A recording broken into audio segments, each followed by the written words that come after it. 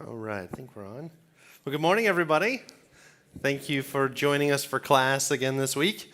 We may have a few stragglers jump in here, but thank you for coming. Want to open with prayer, and then we're going to start talking through lament a little bit again. And today I am going to ask for some of your opinions, or maybe even some of your definitions to add to mine on what lament is. But let's pray as we start the class. Father, you are good. Thank you for loving us the way you do. God, I thank you so much for the word preached this morning, the encouragement that we know that we have a relationship that is not far off from you, that we are not operating in fear, but we are brought near. God, I thank you for that. Thank you for each one that's here this morning. Lord, I know in this room there are various hurts, trials, and issues that people go through on a daily basis. Lord, I just pray that this class would be an encouragement, and I pray that we would be able to walk through this topic together in a way that pleases you. In your name, amen. All right. Well, we'll see if what I've done here works. I think, there we go. Good. All right, so last week we started talking about the idea of lament, and we gave some definitional phrases to lament, and my definition, or the definition that was mostly given to me from this book, and let me just maybe do a little plug for the book again for those of you that may need it. Dark Clouds, Deep Mercy. This is what it looks like. It's by a guy named Mark Vroegop, Vroegop. So it's a funny name. It's highly worth the $10 for it. So if you don't have it, if this is an area that you want to grow in your life, or maybe you're just going through a really deep, dark valley, this is a help. So I just want to encourage you with that. There's like music going somewhere. Oh, that's funny. I was like, am I hearing that? All right. So let's see. There we go. That's my fault. Sorry about that. All right, I'm just going to X out of that. Christmas in somewhere. Okay. I was like, is anybody else hearing a song going? Okay. That was funny. So, and then there's also a journal, and the journal is instrumental in helping you to maybe put your own words to lament. So it's a couple bucks as well. I know that the church library has the Dark Clouds, Deep Mercy, or at least they did. Some of you already bought it. But anyway, it's a good book. I have the Kindle version of the book. I like the journal version for writing in. So anyway, for what it's worth, it may be helpful to you. If you want to see these, they're up here. You're more than welcome to take a look at them after class, okay? So my definition from the book was that lament is how you live between the poles of the hardness of life and the poles of God's sovereignty. So if you think about a field goal for football, you've got the hardness of life and God's sovereignty, and lament is the area in between. And sometimes I said last week that sometimes we see lament as the opposite of praise, but truly it's really almost like railroad tracks that they run alongside each other. Lament and praise. And at some point, even though this is where the analogy breaks down with railroad tracks, they merge together, right? So there's a transition between praise and promise. There's a path from heartbreak to hope. But I did want to take just a moment today because I know that I'm not the first person to talk about lament, and maybe even in your own world, you may have a different version of what lament looks like. So I just wanted to open up to see if anyone has a comment on what does lament mean to you?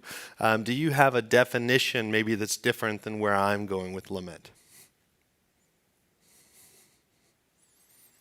Perfect. Mine will be the one that we go with then. Okay. All right. So I was hoping I'd get to run around with the microphone for just a second. So as we start down this road today, though, I do want us to take our Bibles, and we're going to be looking at Psalm chapter 77 today, Psalm 77. So that will be our text that we use for most of today.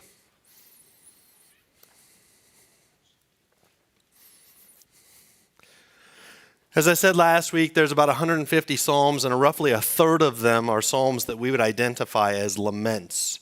And in almost every lament, there are pretty much the same steps or ways that we would recognize what the psalmist is doing. And so what we're going to try to do in the next couple of weeks, today we're going to learn the first two steps of lament, and next week we'll learn the third and fourth steps of lament. And sometimes this is not that instructional, right? When we talk about this, you're going to say, well, duh, Jim, that's what I already do. Right? It's not like this is some new thing that you've never done before, but what we're trying to do is put words to it, and then so that you can actually examine your own prayer life with these things. So let's take a look at Psalm chapter 77, and I'm going to go ahead and read. Feel free to read along with me. Well, maybe not out loud, but that would be confusing. My voice rises to God, and I will cry aloud. My voice rises to God, and he will hear me. In the day of my trouble, I sought the Lord.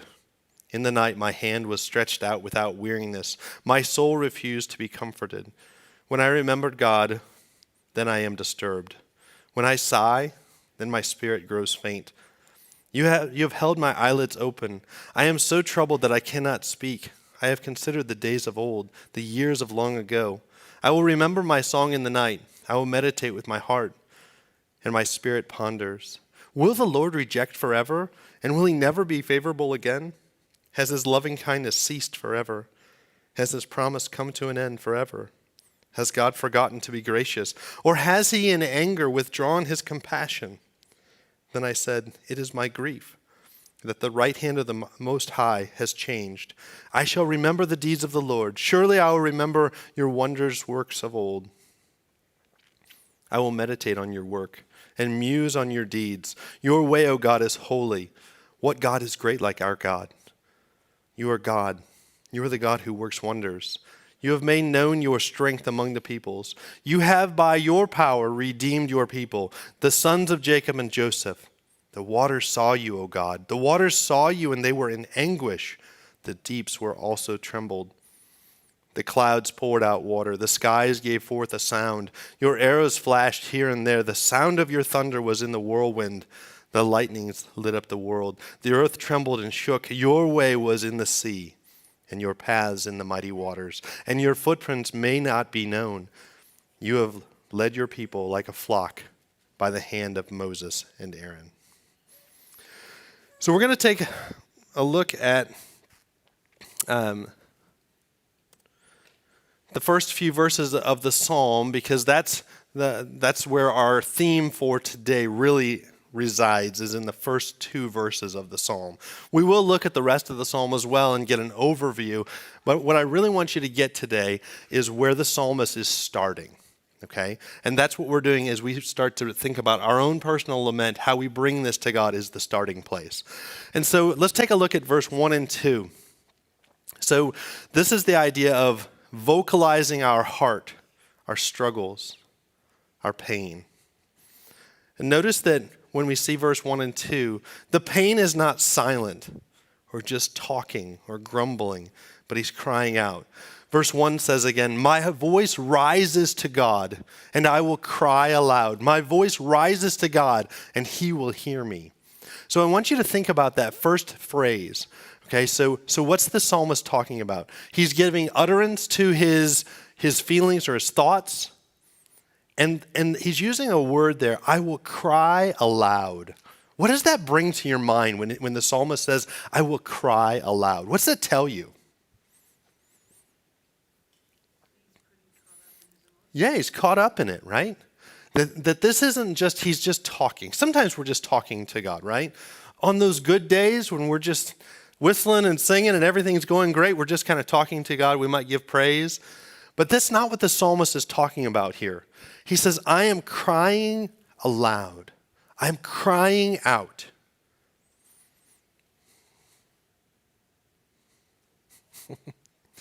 I love it when you turn on your computer and all of a sudden there's all these things that are popping up. I've got things opening, I need all sorts of things. Why now? I don't know, it's really weird. So he's reaching out to God. He's crying out. He's not grumbling here, but there's a heart cry. When we reach out to God like this, there's an element of faith that's in what he's saying. Right? There's an element of extreme faith, neediness in what he's saying. He's praying in his pain. There may be a struggle there. We don't really know. He doesn't identify all of it. But I think it's unique to say that the psalmist here is crying out. And do you guys ever think this way in your talking with God? Maybe you don't want to bring things up. Maybe you don't want to expose your heart, right? What you're really thinking. And then maybe later you come back and you realize God knows all of it anyway. Like he knows everything, the end and the beginning. He knows it all, right? And so maybe what I'm trying to chop down here is the idea that we don't need to keep anything from God. God knows your every moment struggle. He knows every aspect of it. So when you're coming before the Lord, you don't need to hold anything back.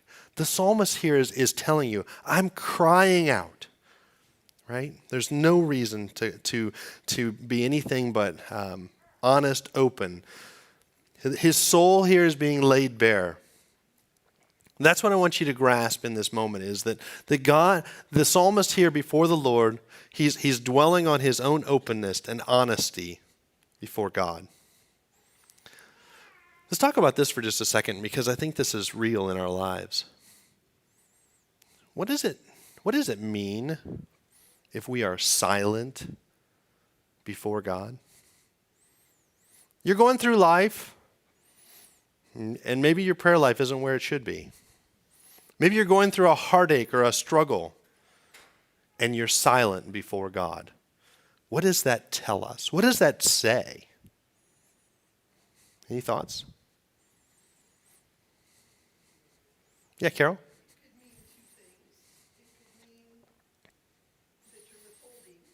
Okay. So Carol said that you may be withholding or that you could be at peace or you're being still.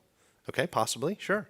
I would add to that, sometimes we come to God and we might bring something and then say, I don't even know how to pray. So I don't even know what to say or what to ask. I'm going to be Montel Williams here. And this is mainly for the people on live stream. They can't hear a word you're saying. And that's always the big complaint. So you said again. Sometimes we just come to God and we might just tell him the topic, if you will. And then we say, God, I don't even know how to pray. Yeah. And we're just silent with him. Okay. But we want him to know we're coming to him, but I don't even know what to ask for or how to ask. Yeah. Anybody else?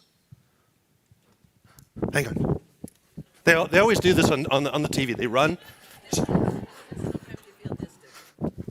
Sometimes you feel distant from God. Okay. And this is also a commercial to not sit in the back. Okay. So there's sometimes you feel distant. Or you simply may not be trusting God for your life. Sometimes when we're silent, sometimes I want us to key in on that one. The other answers are all good and they're right. But sometimes in the deep depths of our puny, fragile little brains, we don't really trust. And I think that sometimes our lack of crying out, our lack of prayer, our lack of trust, our lack of bringing it before the Lord is really that we may not truly believe. We may not truly believe that God's going to hear, that he's going to answer, he's going to do.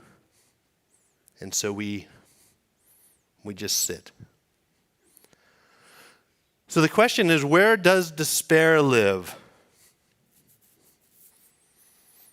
When God doesn't care, if God isn't there in your mind, if God is absent, if you live in a world where nothing is going to change, why bother? I think that's what silence sometimes conveys. Nothing's going to change. Why bother? So I want to redirect your heart in the area of lament. Lament brings our care and our concern, and it directs those, it vocalizes our hurt, our questions, our doubts, and it lays it at the feet of the Father and says, this is where I am. Some people stop talking to God. Some people give up. They give up on their pain. They may give up on their hurt. They may give up on just how they may feel on the inside. They start to live in despair. Their prayers aren't answered quick. We live in such a world of we want it all today. We want this answered right now, God. Just do it now, right? I want the Burger King Christianity. My way, microwave Christianity. 30 seconds and boom, right? That's who we are. We want that, right? I love my iPad. I press a button and boom, everything's perfect, right? The difference between my iPad and a laptop computer are stark. This one takes minutes to warm up, and I think, what is going on, right? Can you relate to that in your Christian life, though? Like when we're sick, when we're hurting, when the job's not going well, when your kid's getting bullied at school, and you're praying and you think, God, do something about this. And the years tick on. And you're still in the same spot. And the weariness sets in. You know what I'm talking about? And sometimes I think it's easy to start turning off prayer. Because we can give up. We can start going into despair. We can start traveling into that spiritual desert of aloneness. Because God is not doing what I want him to do. So I think silence, if we get back to that idea, silence is the beginning of being a soul killer, right? As you sit in your silence and don't cry out, if you don't vocalize, if you don't bring it to the Lord, if you say, you know what, God, I've got it, I'm not bringing it to you. I think it's a silent soul killer. To pray, and especially to pray with lament, takes faith. But I think it's good that you hear me. It does not mean that your troubles go away. To pray with faith and to pray through lament does not mean that you get better. It does not mean that your kid doesn't get bullied. It does not mean that your workplace situation gets miraculously cured, right? It doesn't mean that. Let's go back to Psalm 77. Just as a guide,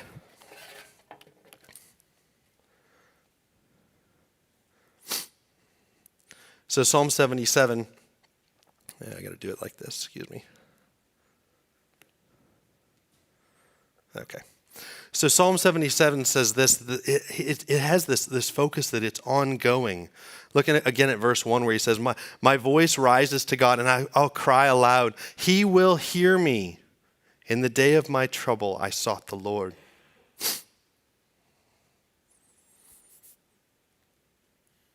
In the night, my hand was stretched out with weariness. My soul refused to be comforted. Or without, sorry. My soul refused to be comforted. When I remembered God, I'm disturbed. I sigh, my spirit grows faint.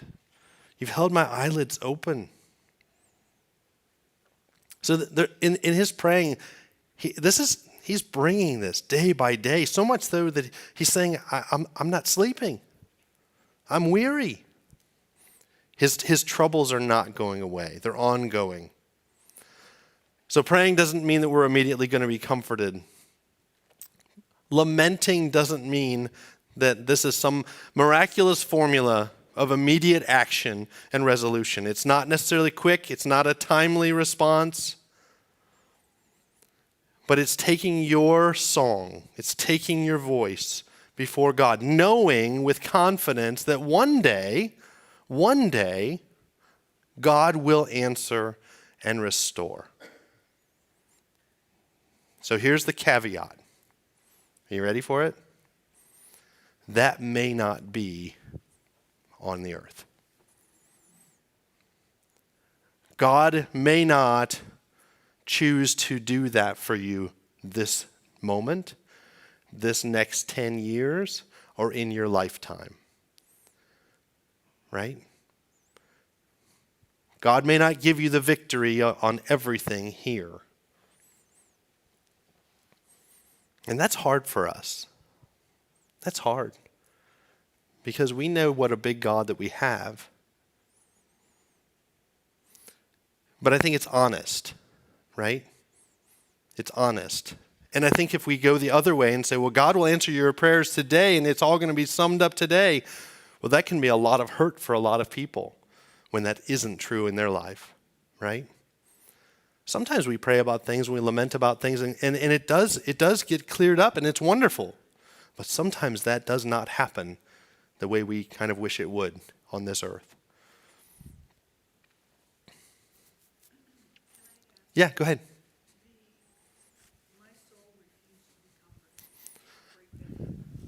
Yeah, so which verse is it?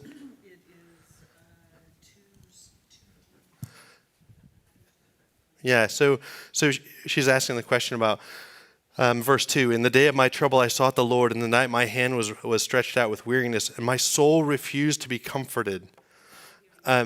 No, I think it's more of I'm seeking God. I'm bringing it before Him, but my soul is not being.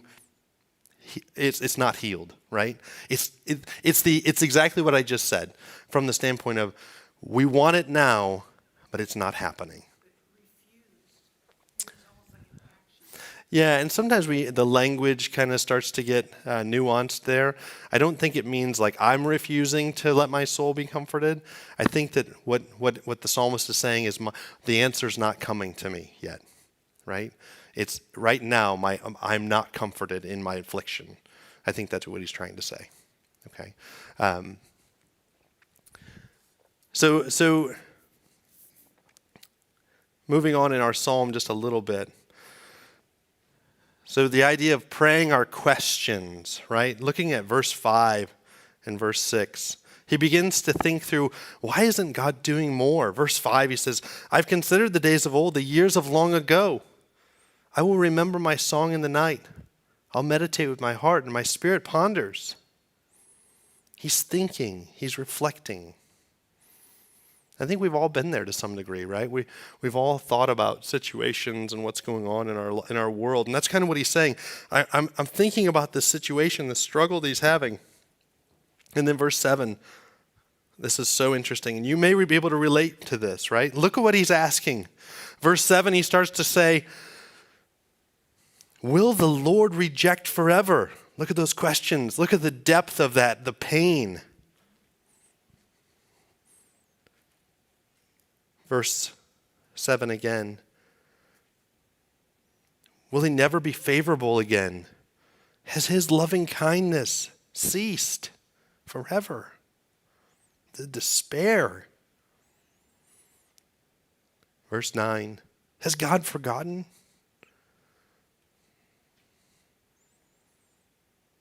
Has he got anger with me?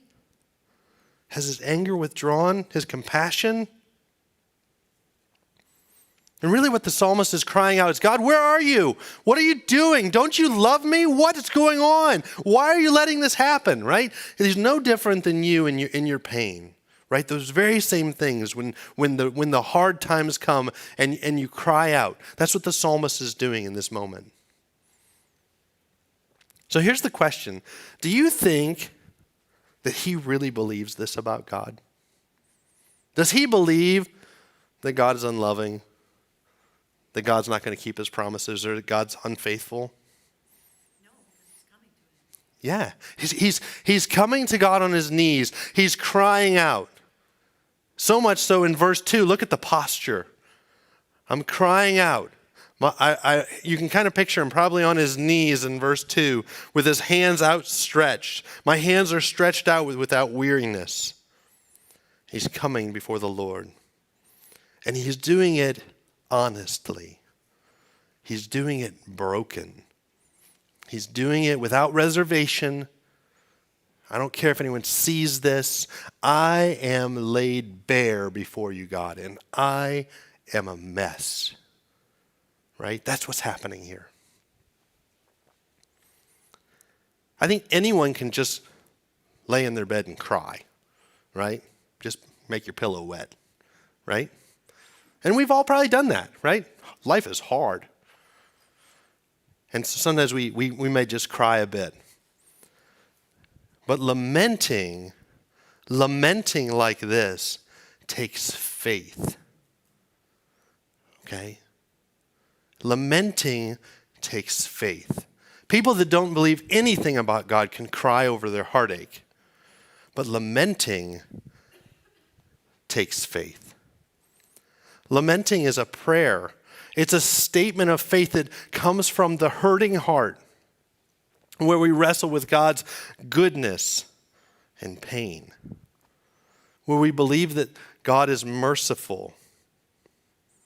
We believe that redemption is real. We believe and trust in God's sovereignty.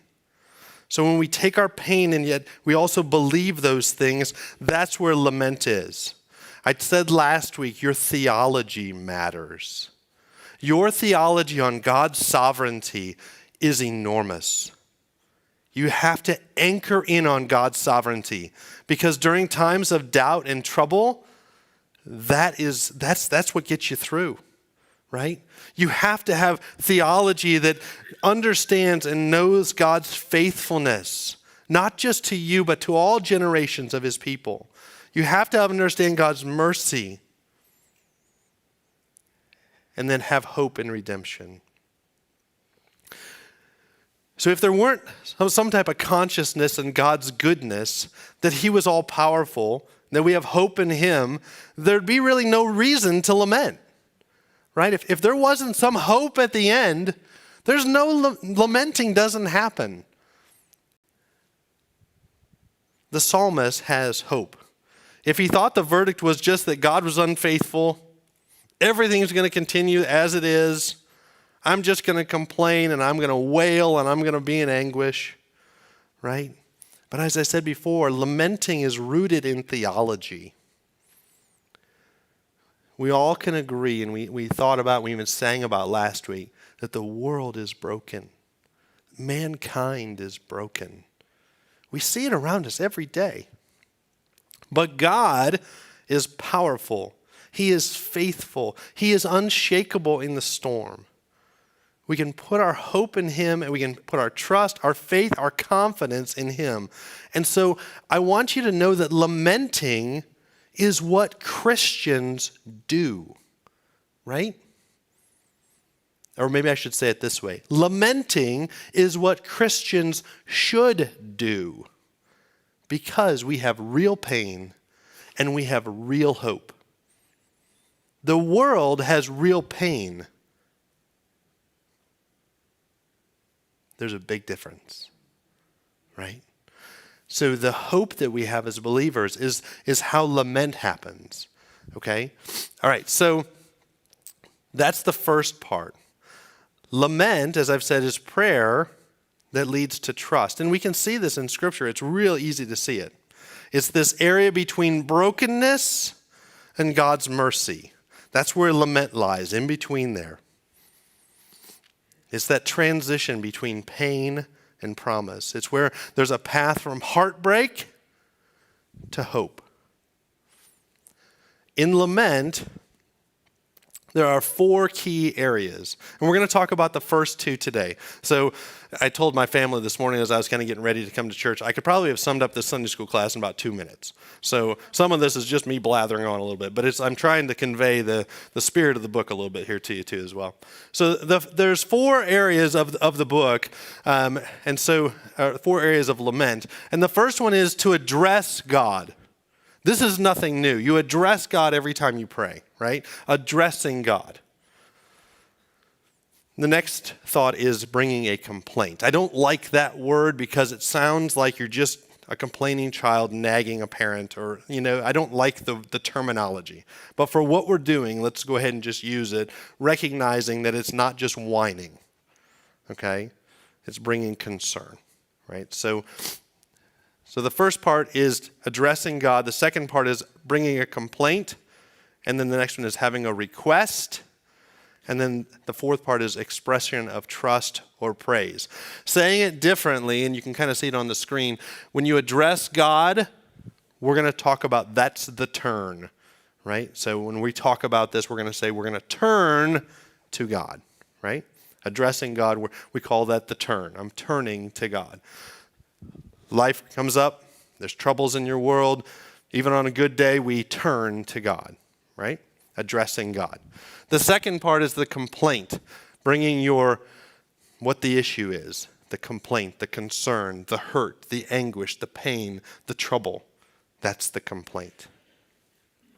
The third part that we'll talk about next week, and the fourth, is the request, is where we ask God.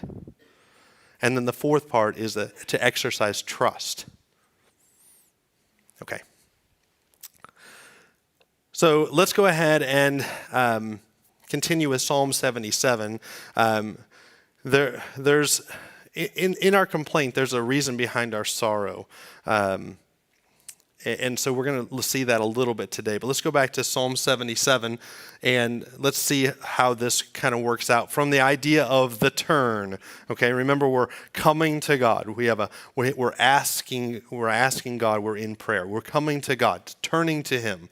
Okay, so here we are, verse 1 in Psalm 77. I will cry aloud. Think about it. Is that how you normally pray every day? Is that how you pray every day? A lot of days I'm like, Lord, thank you for another day. Thank you for my family. Thank you for the job. Thank you for the food I'm going to eat today. I give you praise and thanks for your goodness, right? In that normal morning prayer, am I crying aloud to God? What do you think? I would say no, right? And the reason I would say no is that I've cried out loud to God before, right? And it doesn't look like that. What does it look like? It looks different. It has pain and emotion. There's depth of concern, right? So he's crying out. He's not just complaining. He's not whimpering. He's crying out in prayer. Look at verse 2. In the day of my trouble, catch that word, trouble? In the day of my trouble, there's trouble. I sought the Lord. In the night, my hand was stretched out without weariness. Think of that. Think of what that looks like. Think about what that posture might look like, someone praying. My estimation is it looks kind of like this. And if you've ever been in anguish or prayer, this is probably what you might have looked like, right? You might have knelt by your bed. It might have broken you to the place where you were on the ground, and you might have been prostrate before the Lord, like, I do not know what to do. Can you relate? Can you relate? That is what we're seeing. That's the psalmist here. The psalmist is saying, in my trouble, I sought the Lord. My hand was stretched out without weariness. I'm broken, God. That's what he's saying.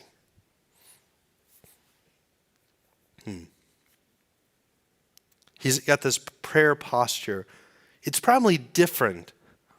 Like when you're at the dinner table and you're praying for dinner, or you're at lunch and you're praying, you probably don't do that, right? My guess is you don't have a prayer posture of brokenness like that. Okay. So, he's reaching out to God amidst the pain. Don't miss it. Don't miss that part, right? Because that's what we're talking about. We're talking about your anguish. We're talking about your pain, the depth of despair. That's what we're talking about. We're not talking about, thankful for my dog. That's not what we're talking about. Prayer in pain is messy. It's cryy. It's snot in your nose. It is a mess. Asking tough questions that flow out of your heart to a loving God. But he doesn't stay there. Let me see where my notes go here. Oh, I missed that. Yeah, hang on. Okay, I'm not quite ready. Okay, so let's go down to verse 12. Verse 12, look what he does. He's not going to stay there. He reflects on God's work in the past.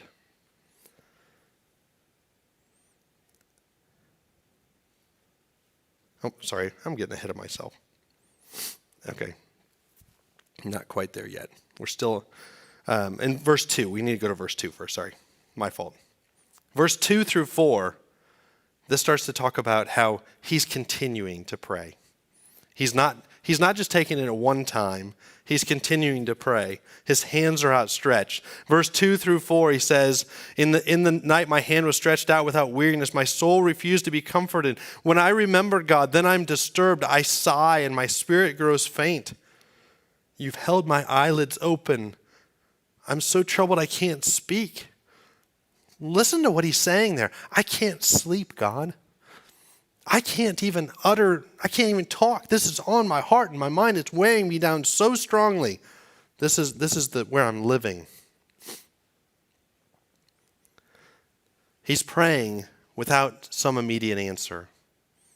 He's praying without a cure to his trouble. There's no immediate solution. It's not quick. But he does have hope.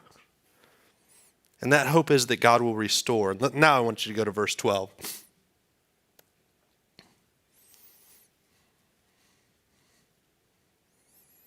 Verse 12, he says, I will meditate on all your work. Go up one more verse. I shall remember the deeds of the Lord. Surely I will remember your wonders of old. Verse 13, your way, O God, is holy. What God is great like our God? You're the God who works wonders. You've made known the strength among the people. So he's looking back. And he's reflecting on God's works.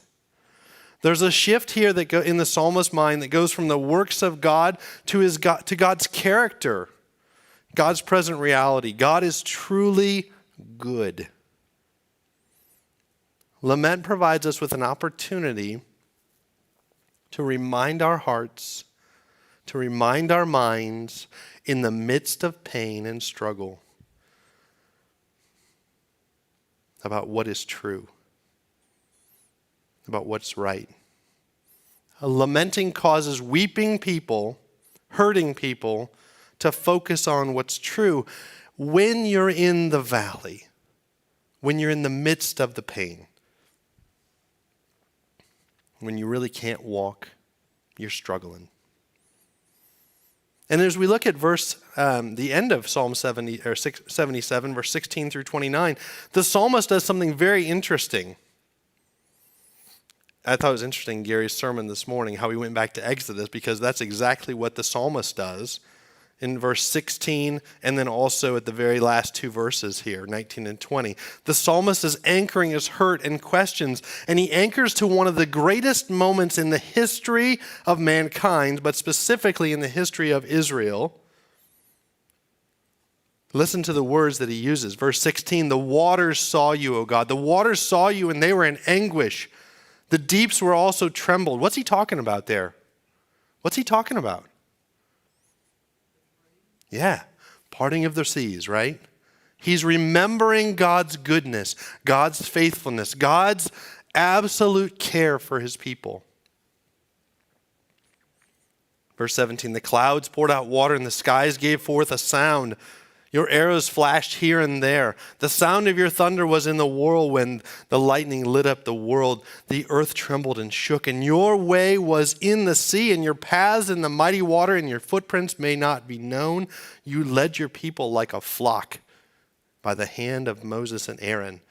So he's connecting his pain, his questions, but he's not leaving it there. He's taking the next step, and he's saying, but God, you are faithful. You are good. Are his troubles still there? Is the psalmist still in trouble? Absolutely. They have been for days without sleep, to the point of crying out in that prayer posture. I think that's significant for us.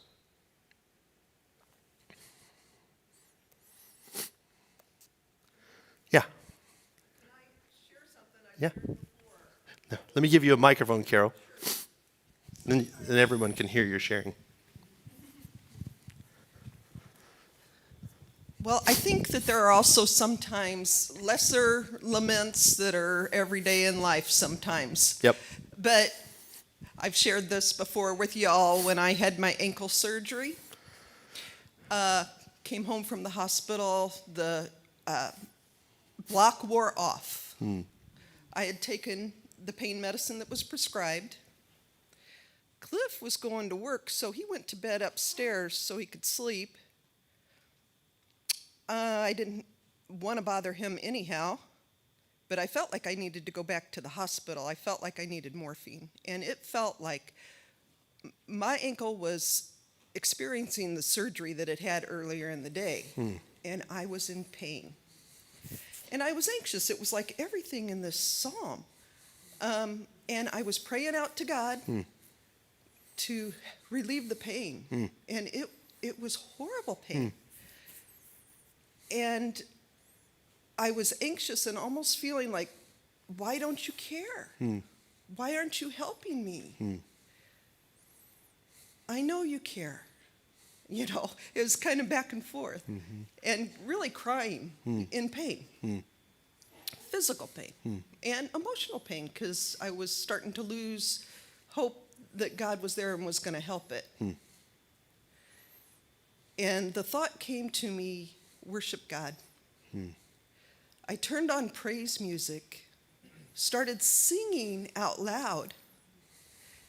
An absolute flood of joy came over me.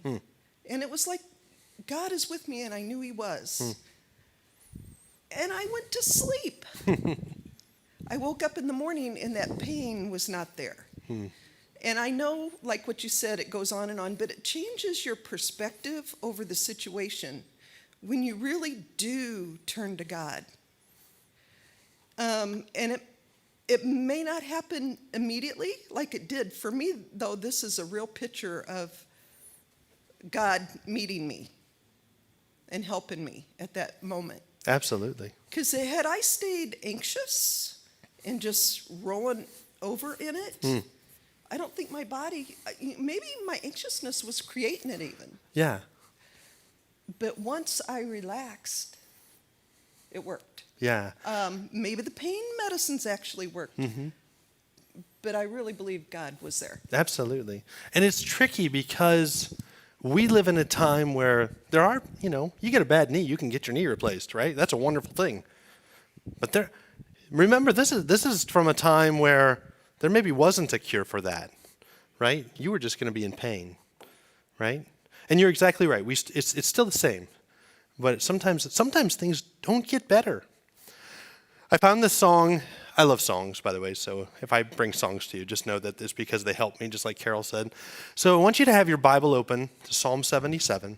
It's probably going to go a minute or two over, and I apologize for that, but I really don't.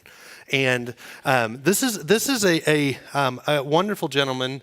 His group is called the Pilgrims, and what he does, as I learned when I was creating this, is he takes the Psalms and he puts them to music. And my heart was blessed by this. So there's a lot of Psalms that they've done. Some of them I like better than others. But if you feel like you're getting a little bit off of the words, just know he changes the words a little bit, but he pretty much goes verse 1 to verse 2 to verse 3, sometimes, and then he skips a little down to verse 6, but it's pretty good. Okay, so let this encourage your soul.